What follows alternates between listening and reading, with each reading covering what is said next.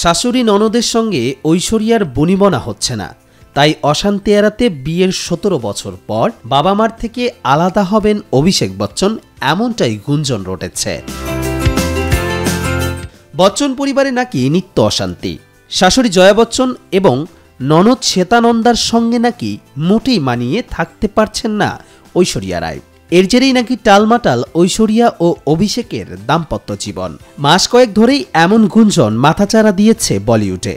মাঝে তো একথাও শোনা গিয়েছিল বচ্চন বাড়িতে থাকছে না ঐশ্বরিয়া, মেয়েকে নিয়ে আলাদা থাকছেন বাবার বাড়িতে।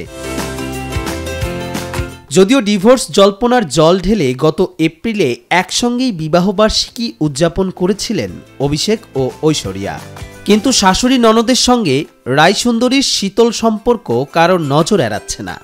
এই পারিবারিক অশান্তির মাঝেই ৬টি অ্যাপার্টমেন্ট কিনলেন অভিষেক বচ্চন।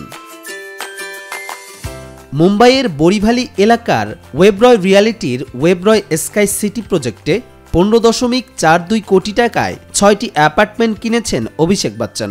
তবে কি স্ত্রী কন্যাকে নিয়ে আলাদা থাকার পরিকল্পনা অভিষেকের? ২০০৭ সালের ২০শে এপ্রিল বিয়ে সেরেছিলেন অভিষেক ও ঐশ্বরিয়া। বিয়ের ৪ বছর পর ২০১১ সালের নভেম্বরে জন্ম হয় আরাধ্যার।